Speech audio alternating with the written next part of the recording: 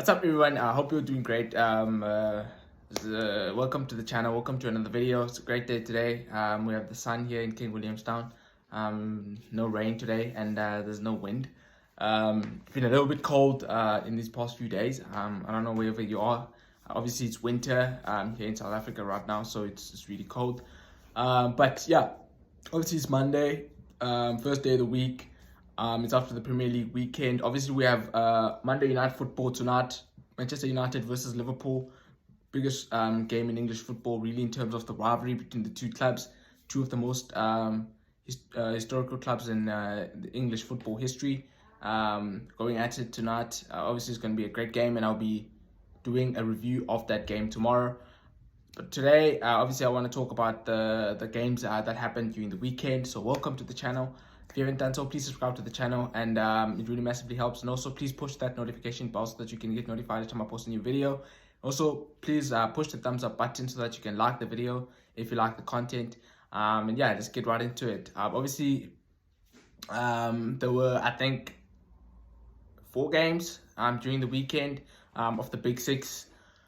That I was basically following. Obviously, Sunday it was Leeds versus Chelsea and Newcastle versus Manchester City, and then on Saturday it was Tottenham against Wolves.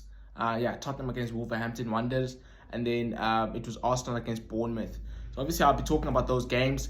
Let's start with the Arsenal game. Really a formality. I said they're going to win 4-0. I think they won 3-0 in the end.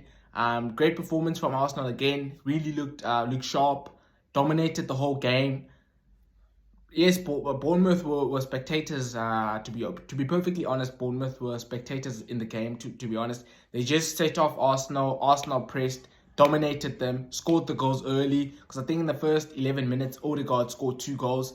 First goal created by Gabriel Jesus. Second one actually as well created by Gabriel Jesus. I think that would have gone down as an assist for Jesus, because Jesus was basically preparing to take a shot, and then Odegaard just took a shot and then he scored. So I think that's going to be regarded as a pass and a Jesus assist. So even though Jesus didn't score for Arsenal, he scored and then it got disallowed, so he didn't score basically. He did get the assist. Really great performance from Jesus again. Really happy for Jesus, to be honest. Found a home at Arsenal Football Club, really playing well. Really fits into their system. Zinchenko as well, really good. Saliba, the defender, who started the season off superbly. I think so. Really, like the game wasn't that much competitive, much like the game against between Manchester City and Bournemouth last week, whereby Bournemouth just set off Manchester City and made a few errors on defense and then conceded 4 goals. It was really the same type of game with regards to Bournemouth and Arsenal. Bournemouth weren't competitive, and Arsenal were the competitors really, and then they pressed them off the park, and they won all the duels, they won all the 50-50s. They were the better side in terms of quality. They created all the chances, they scored the goals, and they won the game. So really great start from Arsenal. 3 wins from 3. I think it's the first time since the Invincible season. So for those of you that don't know, I'm sure Arsenal fans are going to know, obviously. In the 2003-2004 season, Arsenal were invincible. Well, they were nicknamed the Invincibles because they weren't beaten throughout the whole season. They had 28 wins. No, is it 28? They had 26 wins and 12 draws. Yeah, that makes up 38. They had 26 wins and 12 draws and didn't lose a single game in the whole season. So they were nicknamed the Invincibles. So Arsenal have basically won their first 3 games this season, and it's the first time that they've won their first 3 games in a season since that 03-04 season in 19 years ago. If I got that correctly, forgive me if I didn't get the maths right. So it's really a great start from Arsenal. Yes, you can obviously say they haven't played quality opposition bar Crystal Palace really, because I really rate Crystal Palace. As you saw against Liverpool, Crystal Palace held Liverpool to a 1-0 draw. So they played Crystal Palace, Bournemouth, and who's the other team they played? Who did they play last week? Leicester. Oh yeah, Leicester. Leicester also have started the season off on a horrible well, they've started the season off horribly. Basically, I think they've lost their first 3 games, if I'm not mistaken. And there's a lot of changes that are happening at Leicester at the moment. Players want to leave, like yesterday. Wesley Fofana, was it yesterday? I think it was Saturday. Fofana didn't play because Apparently, his head is not in the right place. Obviously, Chelsea is being linked with Chelsea. Chelsea want him, so he wants to go to Chelsea, but Leicester don't want to let him go. So maybe he's sulking a little bit in the dressing room and stuff like that. So Leicester are really in a tough place at the moment. So Arsenal, you can say they haven't faced tough opposition, but nevertheless, you still have to win those games. You still have to put the performance in and you still have to perform at the highest level in the Premier League in order to win games. Really, what I'm interested in with regards to Arsenal at the moment, obviously they've started the season off well. I'm interested in watching them when they play top quality opposition. So when they play Tottenham Hotspur in a derby, or when they play Chelsea in a derby, or when they play City, or when they play Liverpool, or when they play maybe a Newcastle, for example, or a West Ham, a team that's going to be a lot more competitive than a Bournemouth, like a team that's just not going to sit off, that's going to compete for the 50-50s and try to also impose themselves on the game. I'm really interested in seeing that from Arsenal in terms of how they are going to respond. And I'm also interested in seeing how they're going to respond when things are not going well. So when you're not playing well, how are you going to react? Are you going to fold and then get beat by a team you should be beating? Or are you going to have the mental capacity and the character that is required to win when you don't play well? So I think that's the next step for Arsenal. They played mediocre teams and they basically battered them. They scored 4 goals against Leicester, they scored 3 against Bournemouth, and they scored 2 against Crystal Palace. That's a good return. Yes, on a few occasions, for burping. On a few occasions, they've looked a little bit shaky at the back and they've conceded a few goals. They conceded 2 against Leicester. Well, they only conceded 2 goals in the season because they only conceded 2 against Leicester. They didn't concede against Crystal Palace. But Crystal Palace could have scored. They had chances in that game against Arsenal. So, like, they've been maybe a little bit shaky on defense, but going forward, they've really been good.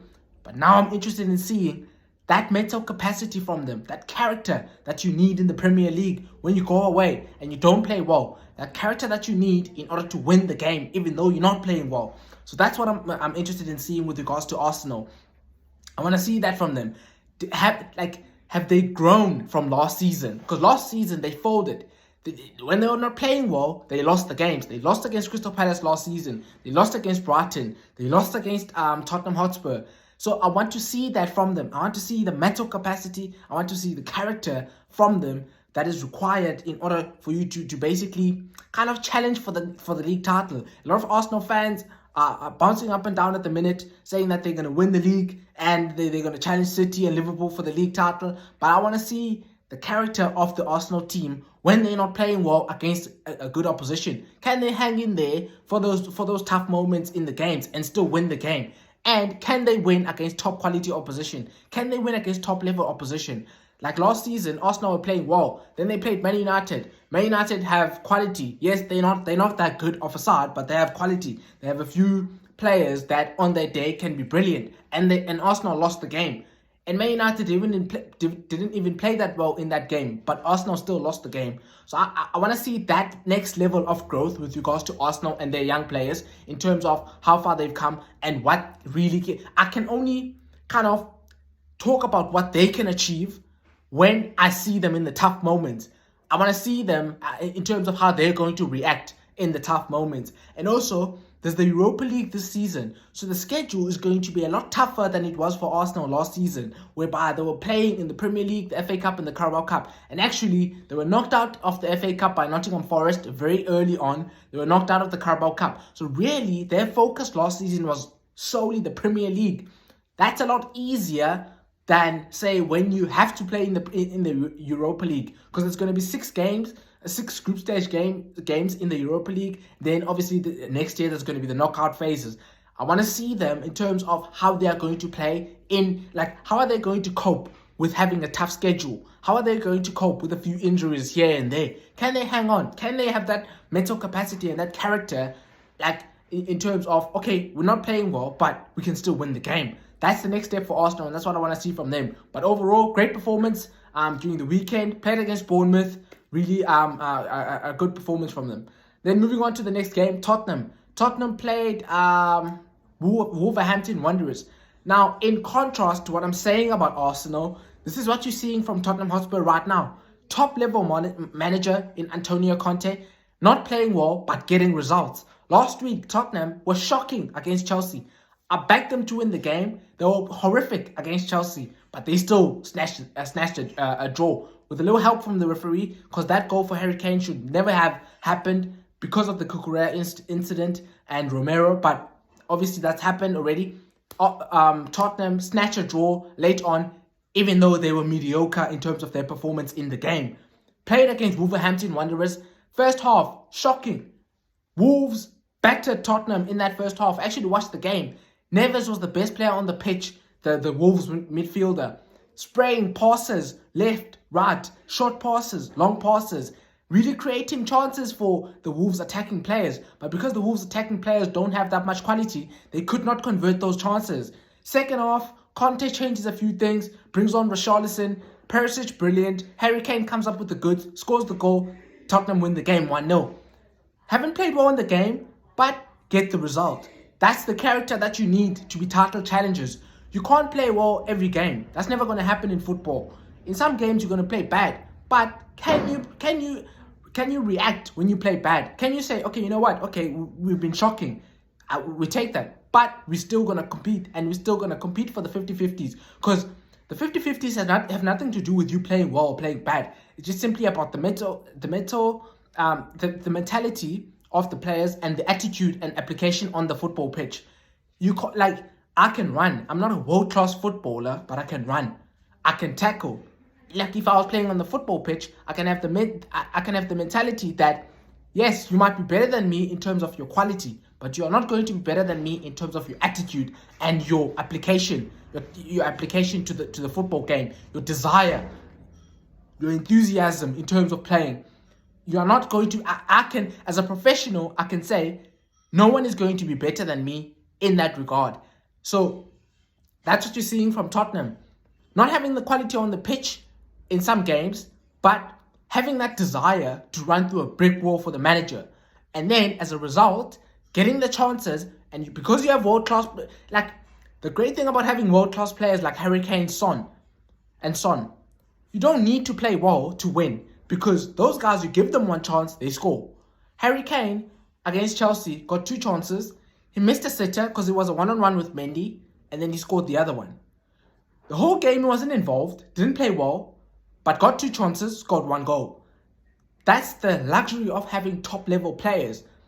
If you apply yourself and you have the attitude and you have the application and dedication to the game, you always have a chance to win, simply because you have the quality players.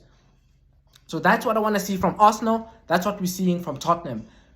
Not a great performance from them. I think they were better in the second half than they were in the first half, but because they have world-class players in certain areas of the football pitch, and because they work hard, because they have the attitude, because they have the application in terms of going out there and fighting for the manager, going out there and fighting for the badge, fighting for the shirt that you're wearing, they always give themselves a chance that, you know what, we can always snatch at least a draw.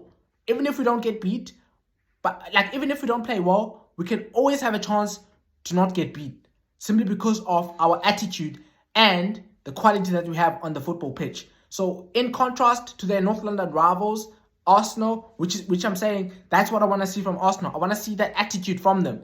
I'm seeing that from Tottenham Hotspur, and it's impressive. Yes, their performance is not that great at the moment. They were horrific, as I've already said, against Chelsea last week. But on the flip side, as a Spurs fan, you are happy because you're seeing the attitude from the players that is required to be a champion. Now, I'm not saying Tottenham are going to be a champion, because they still have a long way to go to catch Manchester City. Maybe they can win a League Cup or an FA Cup, but in terms of winning the league or the Champions League, I can't say Tottenham are going to win those trophies. I mean, they at least have to win like the Carabao Cup or the FA Cup for me to start believing that they have the winning mentality that is needed to win the Champions League or win the Premier League. But overall, not a great performance from Tottenham, but great attitude and application to the game, great character, and therefore got the win. And then we go on to Sunday's games. Now, let me start with my club, Manchester City. Obviously, we were horrific on defense last week. Yesterday. We weren't good enough. I'm going to hold my hand up and say, defensively, we weren't good enough in the game. St. Maximin had the best game of his life. Like, St. Maximin has played against lower level opposition and has had worse nights than he had last night. Well, not last night, yesterday, because it was not at night per se, because the game was like at 5:30. But Newcastle basically had a field day because defensively we weren't good enough. Walker had one of his worst performances ever in a City shirt in terms of defensively. Second half, he was better. First half, he was played off the park by St. Maximin. Obviously, second half, Newcastle got tired a little bit. They were a little bit labouring, and City's quality basically showed. But first things first, defensively, I have to say, we weren't good enough. Obviously, we're going to be better in other days because we have the quality defenders in our side. Just yesterday was an off day defensively. We weren't good enough. The free kick from Trippier, absolute peach. Honestly, that's one of the best free kicks I've ever seen. Since I've been watching football. The guy literally, he stands over the ball and he recognizes that it's going to be very difficult for him to get the ball up and under on the side where the Man City wall is basically situated in, because there's Haaland and Rodri there, who are 6'4" and 6'3" respectively, I think. So that's going to be very difficult. So he says, you know what? I'll try and hit it where the goalkeeper is closest to, but I'll hit it with such pace and precision and with such whip that the keeper is not going to get there. And he gets it up, and it literally goes on the side netting, and the ball, it's not really at the top corner. It's like on the side netting. Let me just fix my camera here, man. It's a little bit on the side. Yeah. That's better. Sorry for that. But back to the Trippier free kick. He basically kicks it where Ederson is closest to. And then he hits it at the side netting and he scores. It's a majestic free kick. It's a thing of beauty. And in that situation, you just really gotta hold your hands up and say that was phenomenal. Yes, the free kick Stones gives away, but in that moment, I don't want to criticize Stones, because if he didn't tackle St. Maximin and St. Maximin creates a goal, I'm fuming at Walker, this guy, at Stones. Why are you not tackling him? Take the yellow card. Take one for the team. So I'm not going to now criticize him because he tackled him and then we conceded the free kick. And then we conceded a goal from the free kick. But really brilliant free kick from Kieran Trippier. Really brilliant free kick from him, to be honest. Great strike from him. And then obviously, first half, I think first 15 minutes, we battered Newcastle. Okay, we didn't batter them, really. That's not the right way. We played well, controlled the game, made a few unforced errors for my liking. But for the for the next 25 minutes, from minute 15 to minute 40, 41, Newcastle dominated us. We were making errors. A lot of the times we were making unforced errors, and then Newcastle completely played us off the park. And Almiron scored, and then Callum Wilson scored. Great finish from Callum Wilson. It was a great counter-attacking goal from Newcastle, even though I thought it was a little bit poor defensively from Manchester City's point of view, simply because it's a simple ball from a goal kick to Joelinton. Walker competes for the header, but he's late in terms of going to compete with the header against Joelinton. Then Joelinton heads the ball to St. Maximin, and then St. Maximin is running at the defense. Now, you don't want St. Maximin running at your defenders because he's a rapid player, he's a tricky player. You don't want him running at your defenders. And then Callum Wilson makes a run across the pitch, and then St. Maximin passes it to him. Then Callum Wilson scored.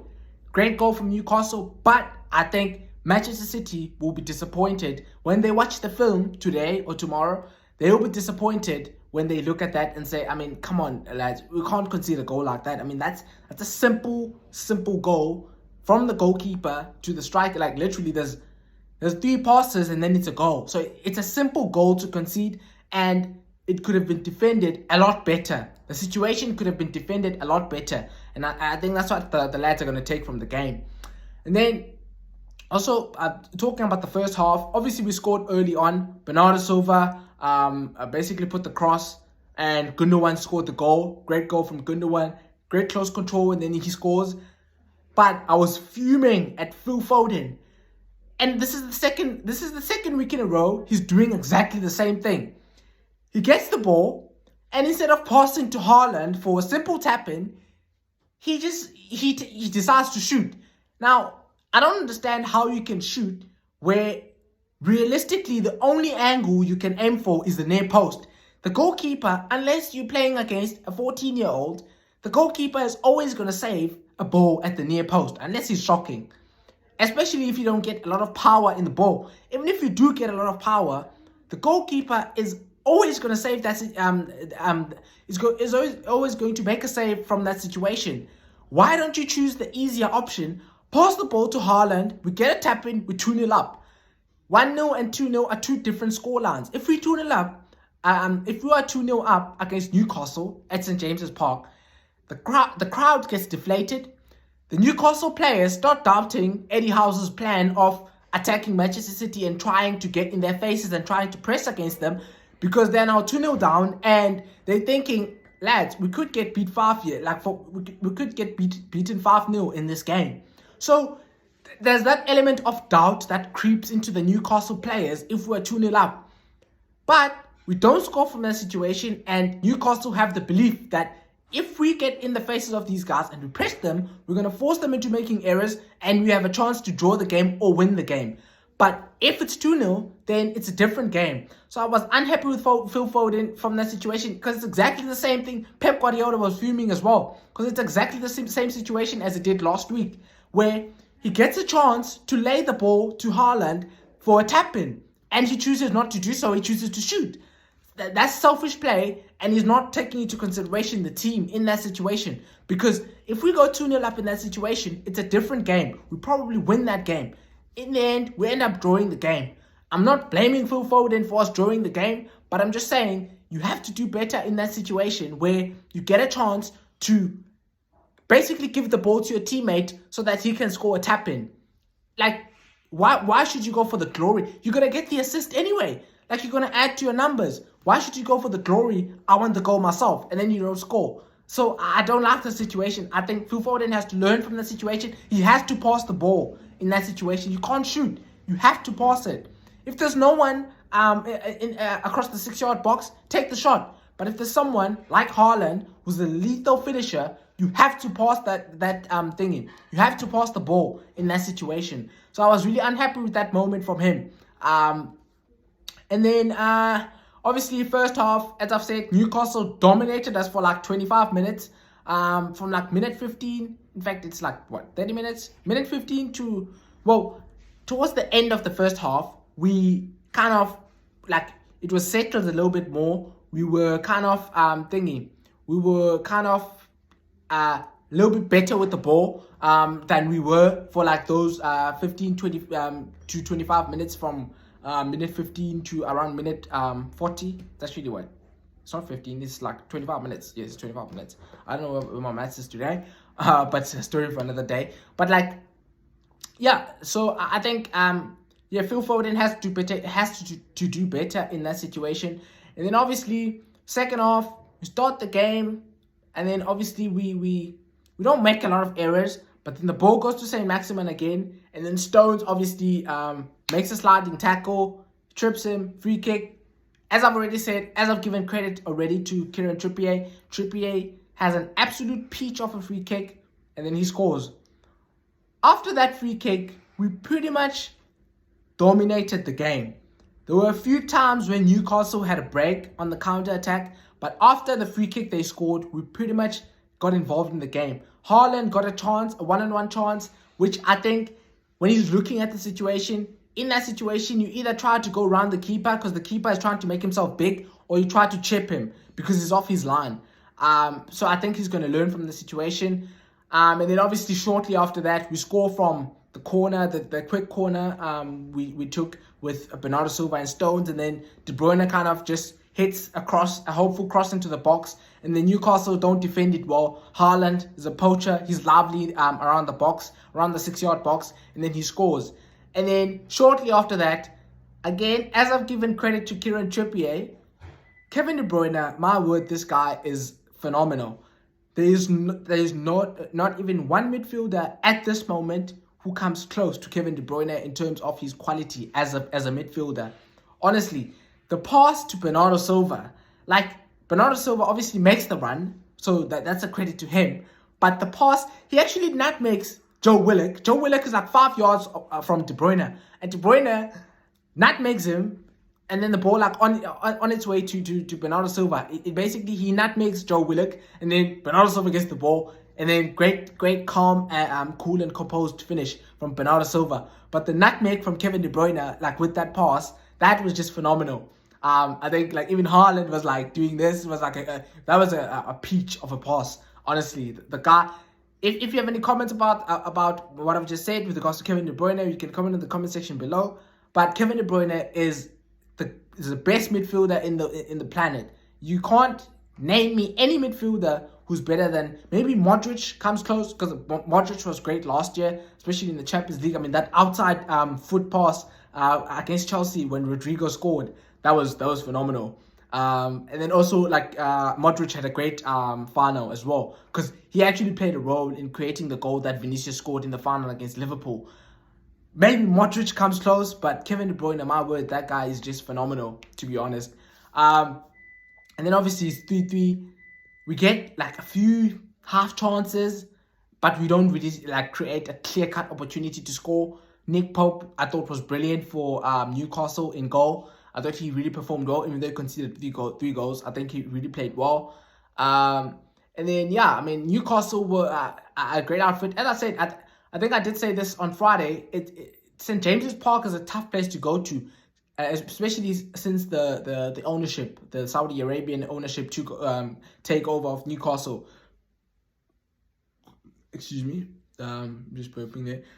But basically, like, the St. James's Park is bouncing. The fans are on side. They support their team. They're behind the team. They see the team is trying. So it's a really tough place to go to.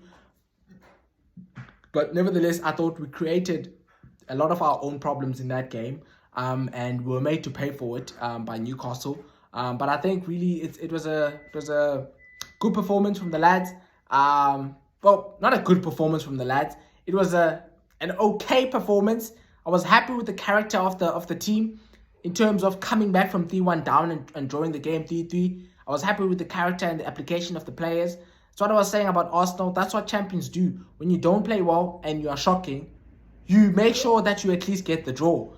So it was an okay performance, but great response from the lads in terms of the character and the application that they showed in the game. And then obviously the last game I want to talk about is the Chelsea game. Chelsea versus Leeds.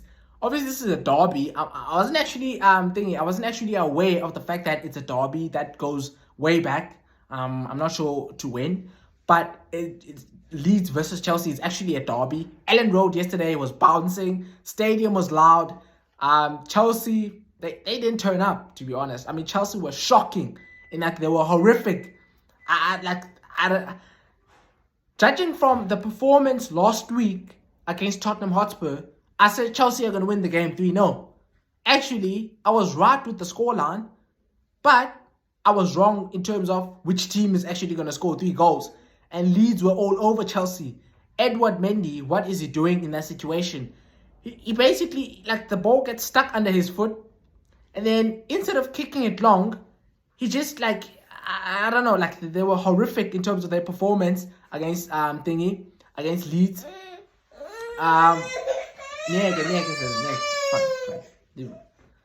Sorry for that. That's my niece, man. There she is. She just wants to join the party here. Sorry for that.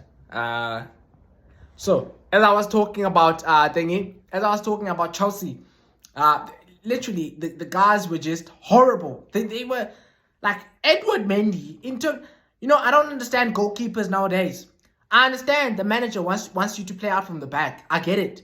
And the manager is going to shout at you and is going to be angry if you kick the ball long. But if you get the ball stuck under your foot, take it out for a corner. You're going to reset. Your team is going to get back. The defenders are going to get back. And you have a much better chance to defend the situation from a corner than just trying to play out, whereas you know very well that you're not capable of doing so. Because he tries to chop, and then he gets the ball stuck under his foot. And then he I don't know what he tries to do afterwards. The guy for Leeds, he pounces on the error, takes the ball off him, he scores. And then the second goal Leeds scored was from a free kick. It was Rodrigo, their striker. It was there was a great whip from the free kick. He gets a glancing header, and then he glances his head on the ball, and then he scored. He scores from the situation. Good goal from Leeds. And then the last goal, I don't remember the third goal they scored. I don't actually think I saw it. But great performance from Leeds. Chelsea didn't turn up. I actually saw a stat. Leeds ran 14 more kilometers than Chelsea in that game. That is shocking. That's the attitude and the application and the work ethic and the character of there was no character whatsoever. If you're going to have a team run 14 more kilometers than you in one game, then that's unacceptable. Because, on average, players run 12 to 14 kilometers. One player runs 12 to 14 kilometers. If you're going to have a team run 14 more kilometers than the opposition, that's unacceptable. You can accept defeat I don't know why I kind of screamed there, but you can accept defeat when your players have not played well, but at least they've tried. Chelsea were absent in that game. Literally, they were just there to obviously, the players were there on the pitch, but in terms of the performance of the players, it was just shocking from them. It was not good enough from them. The performance was simply not good enough from the Chelsea players. Obviously, Koulibaly got a red card. Obviously, I'm not going to write Koulibaly off and say he's shocking or whatever. Everyone gets red cards from time to time. It was a silly red card, to be honest. The yellow card he gets because it's a cynical foul. Aronson, the Leeds attacker, turns him, and then he basically pulls his shirt, and then he gets a yellow card. And then the second yellow card, it's really a moment of madness from him, because Thiago Silva is the last man and he's getting back, and Leeds are attacking, and then he just runs across. Basically, the Leeds player is running like this, Koulibaly is running like that. He just pulls him, and then he basically pulls him to the ground. So that was a moment of madness from him, because surely he knows he's on a yellow card, and you can't do that because you're going to get a second yellow card, and you're going to get a red card, and you're going to be suspended for the next game. So that was a moment of madness from him, to be honest. So not good enough from him. But all in all, I think it was a horrific performance from Chelsea. I don't understand why Tuchel is playing Reece James at centre-back, because I think you lose so much if you're going to play Reece James at centre-back and you play Loftus-Cheek as a right wing-back. Because Loftus-Cheek, may be a great athlete, but he doesn't even have a cross in him. He doesn't score goals, doesn't make assists. Reece James scores goals and makes assists. How can you play him at centre-back? Why don't you rather play Trevor Chalobah? I know he's not that great, but you're playing Leeds, go for it. Yes, maybe you might concede a few goals, but if you have Reece James as your attacking right wing back, you have more of a chance of having an end product at the top end of the pitch. So I think it was really a bad performance from Chelsea. Thomas Tuchel giving excuses left, right, and center in the press conference. I mean, my God, bro, grow up. Literally, he was saying, I think another thing that played a role in the result was the fact that the coaching staff couldn't get on a plane from London to Leeds, and they had to basically use a bus. I mean, come on, bro. Get a grip. Come on. Don't give excuse. Hold your hand up and say, the opposition team were better than us today, and we didn't deserve to win. He was saying we were the better team in the game. That was just a horrific observation from him. And honestly, it was just a bad day for Chelsea. They were horrific in the game, and this is not a dig. It's just a fact, to be honest. They were just not good enough in the game in terms of their overall performance, from the quality on the ball to just the bare minimum of working hard in a game, because you're a top professional. If you're a professional, it is a prerequisite that you work hard. You get paid 200 grand a week, 200,000 pounds a week. You should be the bare minimum should be you running around the pitch and working hard, and they didn't do that. Maybe I would be a great coach. I would be digging out people and stuff. But yeah, Chelsea were not good enough in that in that game. They were simply horrific. And then yeah, that brings us to the end of the video, because I've talked about all this. You talk about Arsenal, Chelsea, Tottenham, City. Then obviously Man United versus Liverpool tonight. Monday Night Football. I'm going to be watching the game. Then I'm gonna do a review on the game tomorrow. If you haven't done so, please subscribe to the channel. Really massively helps the channel in terms of growing. I have 29 subscribers now. Obviously, slow and steady, baby steps. Please just keep giving me support. Please like the videos, and also please comment in the comment section below if you have anything to say about the video. And then also please push the notification bell so that you can get notified each time I post a new video. And yeah, thank you for watching the video. We'll see you in the next video tomorrow, which will be the review of the Man United Liverpool game. Ciao.